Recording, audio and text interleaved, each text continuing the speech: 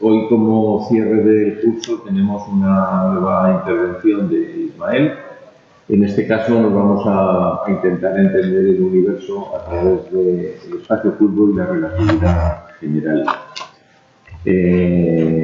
Ismael, cuando quieras.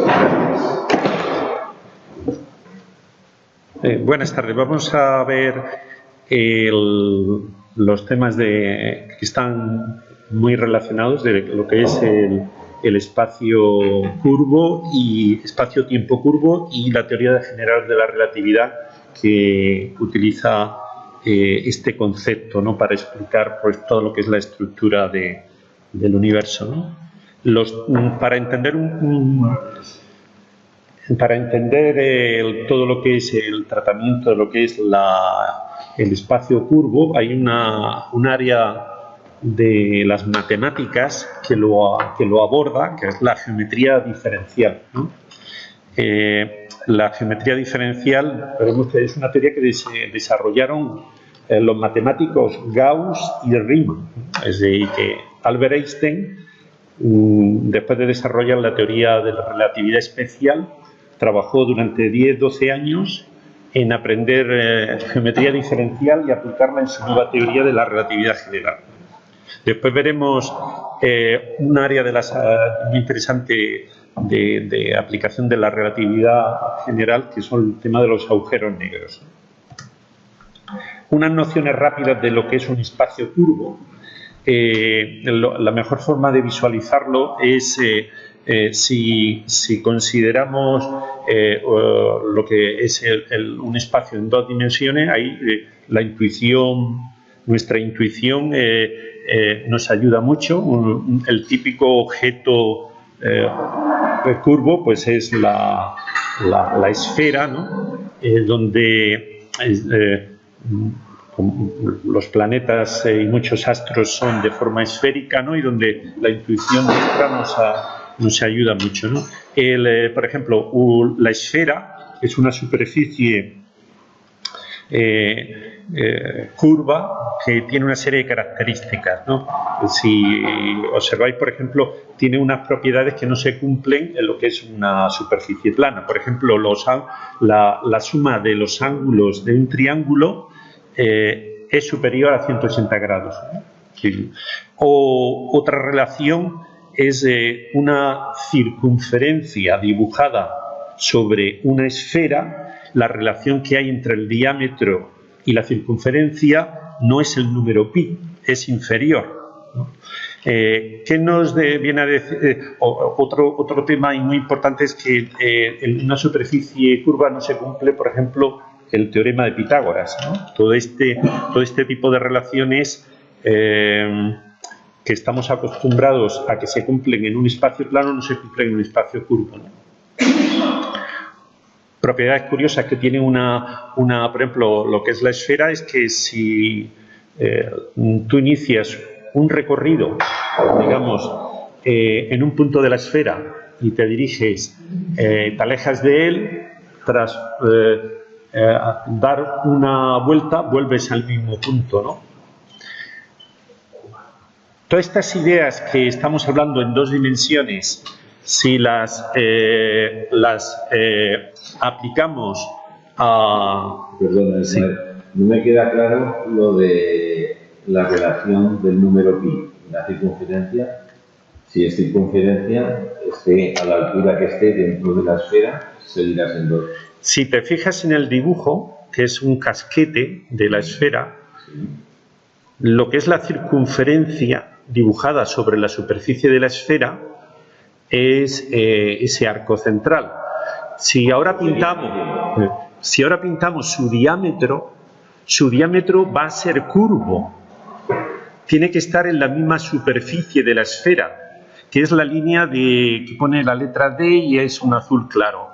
Si eso lo medimos, es mayor que si atravesáramos la esfera entre esos dos puntos. Que no sería un diámetro. Vale. Ese es el diámetro, digamos, en el marco de una... Ahora la sección es el plano con la esfera, sí se cumple, porque está en el plano. Pero si es un cilindro que corta la esfera, ya no están en los planos. Sí, ahora era una cuestión de que mi cabeza no lo que hay que cambiar la mentalidad a que si estamos hablando de dos dimensiones nos tenemos que situar en esas dos dimensiones, que digamos el único mundo donde nos movemos es en la propia esfera, ¿no? Entonces, las relaciones matemáticas clásicas, trigonométricas, son diferentes, no son iguales, son mayores o menores, ¿no? De hecho, si le echáis un poco de imaginación y ahora pasamos de 2 dimensiones a 3 dimensiones, ¿no? El mundo que estamos... Pues ese es el tema, la duda que yo tenía. Si yo lo interpreto con 3 dimensiones, todo lo que has dicho me cuadra, pero si lo interpreto con 2 dimensiones, largo y alto, lo que dices no sería el diámetro, y el diámetro sería igual. No, el diámetro, digamos, si nos movemos en el marco de una superficie bidimensional, no puedes hacerlo de cortar, digamos, porque ese corte es en 3 dimensiones. Digamos, todo el razonamiento que estamos haciendo es en 2 dimensiones. Entonces, es factible... 2 dimensiones, pero en un espacio que no es el de 2 dimensiones habitual. Imagínate que no ves la tercera dimensión. Ese es el problema del espacio curvo. Hay que pensar eso. Hay que hacer la abstracción de que eres una hormiguita. Abstracción al espacio curvo. Sí. Y eres una hormiguita que tu mundo solamente te mueves por la superficie de la esfera. Si me abstraigo al espacio curvo, sí. Bueno, pues si ahora nos vamos a, digamos, lo que sería un mundo más natural, que es el de 3 dimensiones, que es el que estamos, hay una extrapolación muy sencilla que es el plano de 2 dimensiones lo extrapolamos a un entorno plano de 3 dimensiones, ¿no? Que es pues el espacio que nos rodea, ¿no? Pero también es viable extrapolar lo que sería una superficie curva esférica de 2 dimensiones a lo que sería un volumen tridimensional esférico de 3 dimensiones. Entonces tendría unas propiedades muy extrañas, como que tú te montas una nave, partes, te alejas de un punto y tras un cierto tiempo y tras una cierta distancia que dependería del radio de esa esfera tridimensional, volverías al mismo punto, ¿no? Que es lo que ocurre cuando tú recorres una esfera de 2 dimensiones. Sales de un punto, lo recorres y vuelves al mismo punto. Pues en un espacio tridimensional, ese objeto matemático, digamos, se puede construir y sería una esfera, un espacio esférico curvo tridimensional y tendría ese tipo de características. Sería, no tendría límites, pero sería cerrado y podrías salir en una dirección y volver. O podría tener cosas muy curiosas, por ejemplo, una galaxia que estuviera lejana, hay que figurarse en un espacio de grandes dimensiones, una galaxia remota emitiría su luz y nos llegaría. Entonces nos podría llegar por 2 caminos, digamos por un arco y por el otro. ¿Qué es lo que ocurriría? Por un arco nos llegaría a lo mejor antes, a lo mejor tardaría 4.500 millones de años y por el otro a lo mejor tardaría 9.000 millones de años. Y veríamos la misma galaxia en 2 etapas evolutivas diferentes. A lo mejor ni siquiera seríamos capaces de identificar que es la misma, ¿no? Digamos, este tipo de fenómenos no se han visto en ese... Porque además las teorías actuales cosmológicas, la medida que se ha hecho es que el espacio es bastante plano, muy plano, ¿de acuerdo? Pero esta representación de, digamos, de curvatura, de espacio curvo, también se pueden pensar en 3 dimensiones, ¿no? Estamos hablando de la esfera, pero esto se puede hacer lo mismo. Se podría pensar que si el espacio en 3 dimensiones, lo que es un toroide, un donut, digamos, un rosco, pues todo este tipo de análogos en 2 dimensiones matemáticamente existen también en 3 dimensiones y tienen unas propiedades, digamos, muy curiosas, ¿vale? Una pincelada, no vamos a meternos en ninguna matemáticas, solamente comentaros que hay una matemática muy bien desarrollada para tratar todo lo que son este escenario de espacios curvos, que es la geometría diferencial, ¿no? Y se utilizan tensores, pero vamos a llamarle matrices, ¿no? De tal forma que son unos objetos matemáticos en los que se puede representar esa curvatura, ¿no? del espacio, y después se pueden utilizar distintos tipos de coordenadas, lo mismo que estamos acostumbrados en el espacio tridimensional, plano, a utilizar las coordenadas cartesianas X y Z, o las coordenadas polares que utilizamos el radio y los ángulos. Pues del mismo modo, este tipo de coordenadas se pueden representar en estos objetos matemáticos que son tensores, digamos, más coloquialmente podríamos decir, son unas matrices que tienen ciertas propiedades, y con esta matemática se puede hacer una representación de estos tipos de escenarios de curvaturas, ¿vale? Un comentario importante es cuando tenemos objetos que son muy simétricos, como son, por ejemplo, un planeta que podemos considerar que es esférico, o una estrella, o un agujero negro, o el universo, que se supone que es muy homogéneo, isótropo a grandes escalas. Estas simetrías ayudan mucho porque estos objetos matemáticos, tensores, esas simetrías, acaban reflejándose en que el objeto tiene menos elementos, tiene solamente valores en la diagonal y los demás son ceros, ¿no? La otra cosa muy importante que tiene estos objetos matemáticos, que son los tensores, en concreto los que representan el espacio, se llaman tensor métrico, ¿no? Es que permiten medir distancias. Cuando ya puedes medir distancias, recordad siempre el escenario de la esfera, que es el más amigable, ¿no? ¿Cuál es la distancia? Pues en una esfera, como puede ser la Tierra, la superficie de la Tierra, desde Madrid a Tokio, ¿no? Estos objetos permiten medir muy bien esas distancias con un cálculo diferencial o integral, y una vez que tú mides distancias, longitudes, puedes medir superficies, puedes medir volúmenes, incluso de cualquier tipo de dimensiones, ¿no? Estamos hablando de que en este tipo de espacios la distancia más corta no tiene por qué ser la que imaginamos entre dos puntos que fuera la línea recta, ¿no? Correcto, se llama la geodésica, digámosla, y se calcula, depende de la curvatura que tenga ese espacio, depende de la complejidad geométrica que tenga ese espacio. Si eres capaz de conocer su tensor métrico, pues es relativamente sencillo, que es esa ecuación que veis arriba, distancia elemental.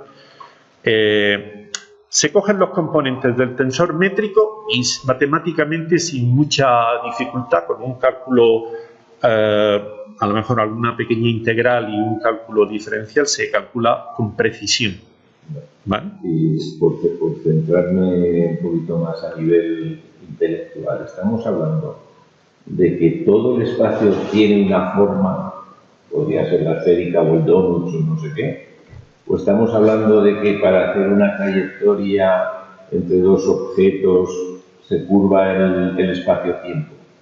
¿De qué? O sea, todo esto que estamos matemáticamente ahora teorizando, ¿es para aplicarlo a qué? ¿A la forma global del espacio o a las curvaturas? Tiene mayor calado, digamos. La ventaja de las matemáticas que desarrollaron hace muchos años Gauss y Riemann sirve tanto para aplicarlo a un espacio plano, que es el caso más sencillo, como a cualquier espacio curvo, caprichosamente curvo, ¿no? Con asimetrías, inhomogeneidades de cualquier tipo, ¿no? Como podría ser una superficie ondulada, con, por ejemplo, a lo mejor el mar, ¿no? Distintos oleajes, o un objeto, un elisoide, o lo que sea la típica silla de montar, que tiene una superficie. En cualquier escenario, Si eres capaz o dispones o puedes desarrollar su tensor métrico asociado, puedes hacer los cálculos para calcular una distancia, que sería el caso más sitio, entre dos puntos, pero también calcular el área de cualquier superficie, un triángulo o un volumen. Si nos vamos a 3 dimensiones o a 4 dimensiones o a más dimensiones, digamos, la geometría diferencial y el tensor métrico son una herramienta fantástica para hacer todos esos cálculos geométricos. Pero va más allá, digamos. Encontrar el tensor métrico que se adapte a la superficie. Que represente ese espacio, de las dimensiones que sean 2, 3, 4. La idea principal es que hay unas matemáticas desarrolladas, que son además las que Einstein muy astutamente fue a aprender matemáticas y de geometría diferencial, y las aplicó en su teoría general de la relatividad, ¿no? Estos son unos ejemplos sencillos, así para que coger rápidamente la foto así de estos tensores métricos. En 3 dimensiones, un espacio 3D tridimensional plano es la matriz que veis arriba. En cartesiana es muy sencillo, son todos ceros menos la diagonal, que son unos, el número 1. Si se pone en coordenadas polares, es un poquito más complicado, pero sigue siendo sencillo. El 1, R al cuadrado, R cuadrado. Ya señalan con el S. Sí, mira. El caso más sencillo, ¿no? La matriz con coordenadas cartesianas, pues diagonal unos y lo demás ceros. Si lo pasamos a coordenadas polares, el tensor métrico pues tiene esta forma, que se transforma un poquito, el número 1, R al cuadrado, R cuadrado sino al cuadrado de phi. Si nos vamos, que ya hablamos en las sesiones anteriores de un espacio de 4 dimensiones espacio-temporal, la primera dimensión suele ser la componente temporal. En coordenadas de tipo cartesiano, son coordenadas, se llaman de tipo Minkowski, es el número -1, digamos, el tiempo es un poquito especial, ¿vale? Y las demás coordenadas espaciales en la diagonal son unos. Si lo ponemos en coordenadas polares, pues veis que tiene esta forma. Y lo bueno es que las demás componentes son 0. ¿Y qué quiere decir? ¿Qué significado tiene ese -1? El tiempo, la componente tiempo, recordáis que el espacio-tiempo tenía unas propiedades muy especiales. Tenía una estructura de tipo hiperbólica. Las transformaciones que lo rigen son las transformaciones de Lorentz, que siendo relativamente sencillas, la parte temporal es un poco, digamos, complicada. Desde un punto de vista matemático, ese -1 viene de el número imaginario i elevado al cuadrado. ¿Vale? Entonces, toda la teoría de la relatividad especial pivota sobre las transformaciones de Lorentz. Y todos los fenómenos que correlacionan espacio y tiempo, como recordáis lo que era la dilatación del tiempo, la contracción del espacio, el tiempo es muy especial y es lo que provoca esa fenomenología. Y al final ese -1 es de alguna forma el responsable de que en esas transformaciones el tiempo no se comporte igual que el espacio. Es una dimensión más, pero tiene sus características especiales, ¿no? De hecho, en una primera foto rápida veis que las espaciales tienen un +1 y el tiempo tiene un -1. Otra forma de ver estos tensores métricos es con lo que se llama la línea elemental o la línea infinitesimal, en la cual se expresa, digamos, el elemento infinitesimal al cuadrado y se desarrollan de esta forma, ¿no? Veis G sub t por d sub t al cuadrado, G sub r por d sub r al cuadrado. Si observáis, son las mismas componentes que están en el tensor, ¿de acuerdo? Digamos, para la forma tensorial o matricial es muy resumida y muy gráfica, ¿no? Después, cuando ya se escribe estos desarrollos para que sería el componente elemental de distancia, ¿no? Se hacen estos desarrollos en base a las coordenadas que se estén utilizando. De todas formas, no hay que saberse nada, sino entender la idea de que lo importante es que hay unas matemáticas y el tensor métrico, esa matriz que representan la estructura del espacio-tiempo. Rápidamente, después lo vamos a entrar, por ejemplo, el espacio en 4 dimensiones curvo esférico que representa la curvatura para un objeto como puede ser una estrella, un planeta, un agujero negro, porque el modelo sencillo es una esfera, ¿no?, de masa ahí concentrada. Sigue siendo un objeto relativamente sencillo.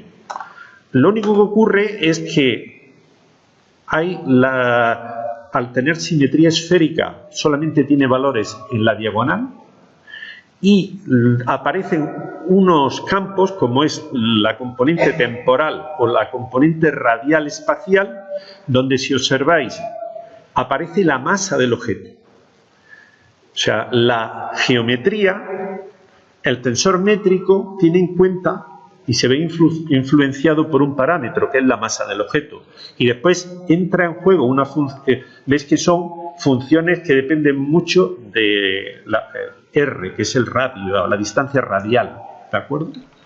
Es una geometría que viene de alguna forma determinada por la masa del objeto más la función radio, ¿no? Después ya lo veremos. Una pincelada rápida, ahora ya no solamente para mostrar un caso en el que hay componentes que no son diagonales. Es el objeto de un agujero negro que rota. Entonces, la simetría ya no es pura esférica, porque o rota en una dirección o rota en otra, ¿no? Dado un objeto rotante, que podría ser también un planeta, por ejemplo, o una estrella o un agujero negro, se rompe la simetría esférica, porque hay un sentido de giro. Entonces se genera una simetría toroidal o más bien cilíndrica. Y entonces, ¿qué ocurre? Pues que aparecen campos, valores, fuera de la diagonal. Se complica la cosa del tensor métrico y aparecen unas componentes que no son las meras diagonales, ¿no?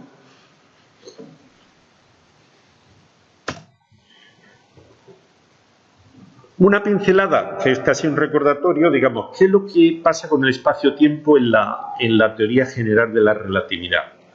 Si recordáis, en la teoría especial, el intervalo, no había simultaneidad, ¿no?, del tiempo y había una afección a la percepción y a la medida del tiempo por la velocidad del sistema de referencia. Si era una nave, pues la velocidad que se desplazaba respecto de un sistema que estuviese fijo. ¿Qué es lo que introduce la teoría general de la relatividad? La teoría general de la relatividad complica más el escenario.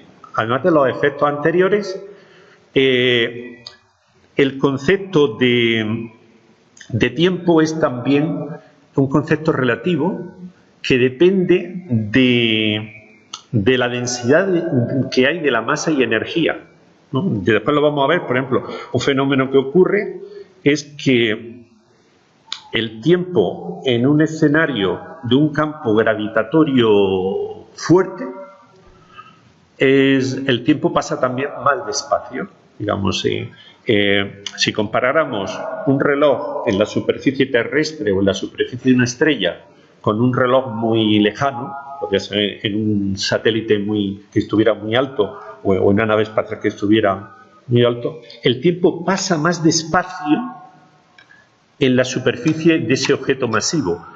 Hay otra dilatación del tiempo debida a un campo gravitatorio alto. Digamos, ¿qué ocurre? Pues que digamos, la teoría general de relatividad introduce de forma categórica también que no existe un tiempo absoluto, que no existe un tiempo global, porque depende además también del escenario de curvatura. Por eso en un agujero negro cuando te precipitas no hay tiempo, se parará. Después lo vemos. En efecto, el tiempo se va trastocando, alterando conforme te vas acercando al agujero negro. Se va dilatando, en efecto. Un fenómeno que ocurre cuando te vas acercando a un agujero negro es que se va produciendo una dilatación progresiva del tiempo también, una dilatación del tiempo. Y en el Big Bang, por ejemplo, podría no haber existido un instante antes, no ha existido el tiempo. Eso es otro tema un poco también más complejo, porque sí, todo el tema de lo que puede ser la teoría cosmológica actual, pues dice la estándar que sí, que hubo un inicio que es y después hay varias teorías especulativas si puede ser un rebote que provenga de un universo anterior que estuvo contrayéndose y ahí eso lo veremos en cosmología, ¿vale? En resumidas cuentas, si subimos a una montaña nos hacemos un poquito más viejo. Nos alejamos del centro de gravedad, entonces no corremos la mano deprisa. Correcto. Y esto se ha medido, esto no es, digamos, esto es teoría científica 100% contrastada, con relojes atómicos medidos, y es más, todo el sistema de GPS que todos disfrutamos en los móviles en este momento, tienen implementadas las correcciones de relatividad general, digamos, tienen las correcciones relativistas especiales y generales, o sea, esto es un fenómeno contrastado científica y técnicamente, y no solo eso, sino que además se utiliza en las tecnologías que aplicamos a día de hoy, ¿no?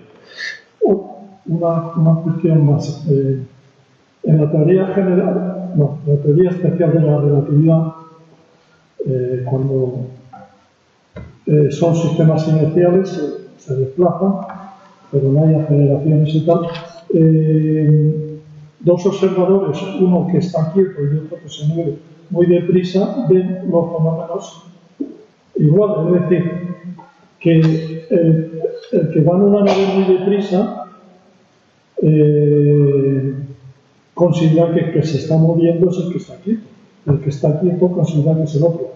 Los fenómenos son completamente simétricos, pero en la teoría general sí que los dos observadores coinciden en que uno está más cerca de un objeto masivo, o sea que ahí sí que son capaces de distinguir lo que está pasando, pero la teoría especial no son capaces de distinguir. Hay unas simetrías, en efecto, y aquí como hay, digamos, geométricamente o se puede medir, digamos, hay un fenómeno de diferente curvatura del espacio-tiempo en un punto y en otro, claro. Resumiendo, digamos, la teoría general de la relatividad introduce unos conceptos de un espacio-tiempo, por un lado, elástico, inhomogéneo, dinámico, ¿vale? Y la relatividad especial, que parece que como si fuera un marco diferente, lo que ocurre es que hay digamos, una tendencia asintótica. Es lo mismo que cuando podemos aproximar la superficie de una esfera localmente como una zona plana, ocurre lo mismo con la estructura del espacio-tiempo. Esa estructura, esa curvatura del espacio-tiempo, localmente se puede aproximar muy bien con una estructura de un espacio-tiempo plano, rígido, homogéneo, estático, inerte, pero localmente solo, ¿no? De hecho, son, digamos, coherentes las teorías. Digamos, una globalmente es válida, la otra localmente. Entenderíamos que en el gráfico que tienes ahí proyectado, el cubo de la izquierda sería un mini cubo comparado con el otro. Correcto. Practicando. Sería es necesario ese factor de localidad, ¿de acuerdo? Sería una ampliación de... Pero no hay que verlos como dos teorías antagónicas, ni mucho menos. Es como es una aproximación. Una tendencia asintótica. Tal como has dicho, o sea, nosotros para irnos a casa luego vemos líneas rectas, pero si los viéramos desde un dron o desde un satélite, bueno, y hiciéramos las distancias más largas, veríamos que ya son curvas. Es lo que ocurre, por ejemplo, en el mundo de física de partículas, de mecánica cuántica. ¿Qué ocurre? Como trabaja en un escenario espaciotemporal súper local, muy reducido, pero son distancias muy pequeñas, ahí las consideraciones de curvatura o no curvatura casi son prácticamente despreciables, y la aproximación magnífica en todo el mundo de mecánica cuántica y física de partículas se utiliza relatividad especial y con unas precisiones enormes, ¿no? Toda la fenomenología, ¿vale?